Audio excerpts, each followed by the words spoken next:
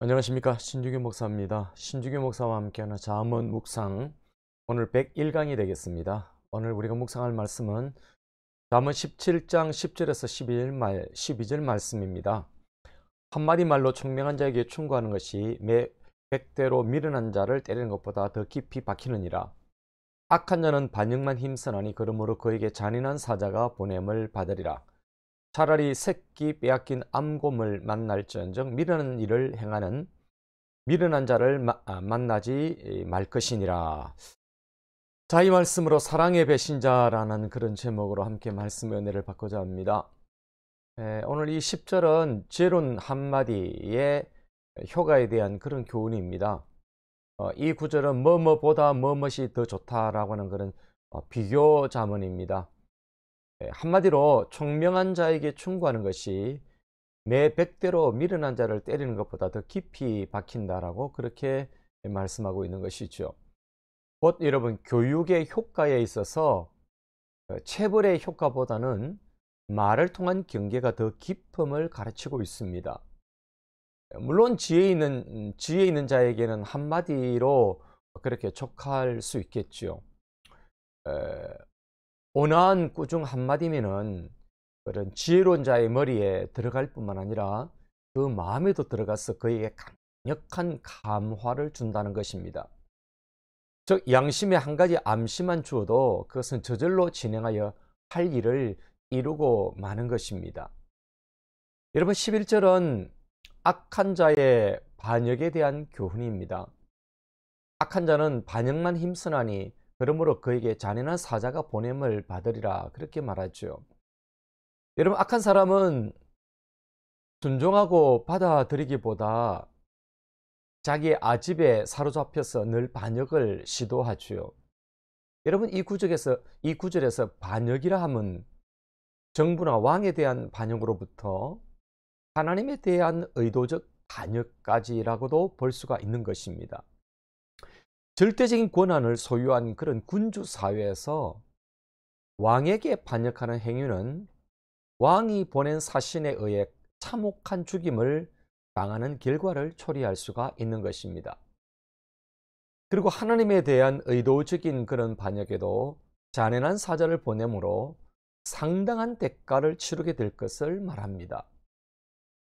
이 잔인한 사자는 하나님이 보내실 죽음의 사자일 수가 있지요. 여러분, 물론 잠언의 그런 맥락에서 볼 때 하나님께서는 그의 왕을 통하여 반역자를 처형하실 수도 있고, 하나님의 사자인 천사들이 그를 벌하는 하나님의 공의로우신 사역자로 발탁될 수도 있는 것이지요. 여러분, 12절은 미련한 자에 대한 경고입니다. 차라리 새끼 빼앗긴 암곰을 만날지언정 미련한 일을 행하는 미련한 자를 만나지 말 것이니라. 여러분, 구약 성경에서 곰이라고 하는 것은 굉장히 위험한 짐승으로 이 잠재적인 위험이 있는 그런 사자와 동급입니다. 그런데 이런 미련한 자를 만난다라고 하는 것은, 여러분, 그 새끼를 빼앗긴 암곰, 여러분 상상해 보십시오. 동물의 왕국에서 한번 보십시오. 얼마나 화가 나겠습니까? 분노가 얼마나 치밀어 오른 그런 암곰의 모습을 우리가 상상할 수가 있죠. 그런 암곰을 만나는 것보다 더 위험한 일로 비교하고 있는 것입니다. 여러분, 곰을 만났을 때 목숨을 담보로 해야 하는 것처럼 이처럼 미련한 자를 만나게 되었을 때도 동일한 것이지요. 여러분, 이처럼 미련한 자가 미치는 파괴력, 그 영향력은 생명보다 더 큰 영혼이 되는 것이지요. 자, 이 말씀으로 우리가 세 가지로 적용을 해보는데, 그 첫째는 바로왕 같이 되지 말자라고 하는 것입니다. 여러분, 총명한 자에게는 한마디 충고만 해도 되는 것입니다. 여러분, 다윗왕은 바세바를 범하는 사건을 행한 뒤에 나단 선지자가 당신이 바로 그 사람입니다 라는 그런 한마디에 깨달음을 얻었습니다. 그는 순간 실수는 했지만은 선지자의 한마디 충고에 회개의 길을 걷습니다. 여러분, 이것이 지혜롭고 총명한 자의 모습이 아니겠습니까? 그러나 여러분, 애굽의 바로왕은 온갖 재앙으로 온 애굽이 신음할 때도 여전히 강팍하였고 모세를 통한 메시지에 귀 기울이지 않았습니다. 자기의 잘못을 깨닫게 하고 회개할 수 있도록 하며 장차 더욱 조심하게 위하여 매질을 해도 이런 미련한 자들은 들어먹지를 않습니다. 어리석고 머리가 돌아가지 않고 고집 센 자에게 엄격히 하여 성공하는 예는 매우 드문 것이죠.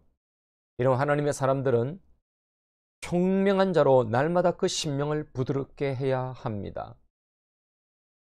타인 맞은 심령으로 어떤 말씀, 어떤 충고도 먹히지 않는다면 큰 고장인 것입니다.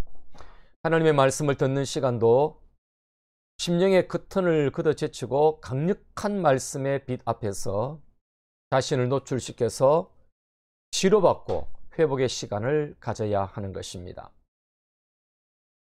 회개 없이 어떤 변화도 어떤 열매도 기대할 수가 없습니다. 우리 속에 바로왕을 탄핵시키는 길만이 하나님의 나라로 갈 수 있는 지름길이 되는 것이지요. 여러분, 두 번째는 하나님 앞에서 반역자로 서 있지 말자라고 하는 것입니다. 여러분, 세상의 군왕들 앞에서도 반역을 꾀하면 심각한 타격을 입거든, 하물며 하나님 앞에서 반역을 꾀하면 온전할 수가 있겠습니까? 하나님 앞에서의 반란은 말씀을 거역하고 범죄를 일삼는 것이기 때문에 그 죄를 회개하지 않는 자들에게는 합당한 하나님의 심판이 있는 것이지요. 이런 반란이라고 하는 것은 하나님의 나라의 질서를 무너뜨리는 것 아니겠습니까? 하나님의 뜻에 반기를 드는 것이요, 하나님의 이름에 먹칠을 하는 것입니다. 민족의 반역자를 매국노라고 한다면 하나님의 나라의 반역자 역시 매국노인 것입니다. 이런 매국노에 대한 국어사전의 뜻은 사사로운 이익을 위하여 나라의 주권이나 이권을 남의 나라에 팔아먹는 행위를 하는 사람이다, 이렇게 정의되어 있습니다. 여러분, 남의 나라에 팔아먹는 자라는 말에 마음에 와닿습니다. 우리가 하나님께 등을 돌리는 순간 우리 얼굴은 사단을 향하게 된다는 것을 기억해야 합니다. 이런 반역자는 하나님께 등을 돌리고 사단에게 얼굴을 대하는 자입니다. 우리는 하나님의 사랑으로 예수님의 대속의 은혜를 받았으니 그 은혜를 사단에게 팔아먹는 사랑의 배신자가 되지 말아야 할 것입니다. 여러분, 세 번째는 곰보다 더 무서운 미련한 자를 조심하자라고 하는 것입니다. 여러분, 인생의 미련한 자를 만나면 곤란을 당하기 쉽습니다. 만나지 말아야 하는 미련한 자는 도처의 지뢰밭처럼 깔려 있습니다.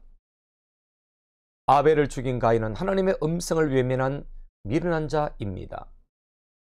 그가 그의 아들 에녹의 이름을 따서 지은 성 에녹성은 미련한 도성이었습니다. 그 도성 안에서 행하여지는 수많은 음악과 미술과 과학과 농업 기술에 대한 심포지움은 문명은 발전시켰지만은 하나님에 대해 더 높은 담을 쌓고 있었던 것이지요. 이런 미련한 자들의 꾀와 속임수와 관계는 인생을 화려하게 보이게 하고 맛깔스러운 삶을 소개하는 것 같아도 여러분, 그 이면에는 하나님과 거리가 멀어지게 하는 것입니다. 이런 미련한 자의 바벨탑 공사에 함께 경영하는 자들은 속히 탈출하는 것이 살 길이 될 것입니다. 이런 미련한 것은 전염성이 강합니다. 청소년기의 친구들을 잘못 만나면 인생을 조기에 망치는 경우가 허다합니다. 여러분, 좋은 친구를 만나야 하고 좋은 친구가 되어줘야 할 것입니다. 미련한 자로부터 오염된 인생길을 살아왔다면 그리스도의 보혈이 가장 강력한 정화제가 될 것입니다. 그리스도의 십자가 앞에서 다시금 회복해야 하는 것이지요. 자, 이렇게 마지막 기도를 드려봅니다. 주여, 나를 향한 충고의 마음을 열고 받아들이는 총명한 자가 되게 하옵시고 하나님께 등을 돌리는 반역자가 아니라 하나님 얼굴빛을 사모하며 살게 도와주소서.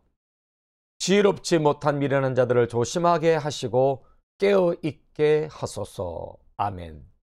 여러분 한 주간에 여러분의 삶이 지혜로운 자로 여러분 사시기를 바라고 주와 동행하는 여러분 삶이 되시기를 주님의 이름으로 축복합니다. 감사합니다.